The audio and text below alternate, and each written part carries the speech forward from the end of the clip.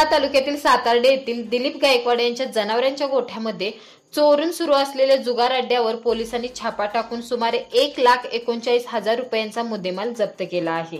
तर एका राजकीय नेत्यासह 6 जणांवर गुन्हा दाखल करण्यात आला आहे। या छाप्यामध्ये एका राजकीय नेत्याला वाचवण्यासाठी पोलिसांनी चांगली शक्कल लढवून त्यांचे नाव व आडनाव लिहून गुन्हा दाखल केला आहे, जेणेकरून त्या राजकीय नेत्याच्या वडिलांचे नाव माहिती झाल्याने त्या नेत्याची बदनामी होईल, म्हणून पोलिसांची ही धडपड जनतेसमोर आली आहे।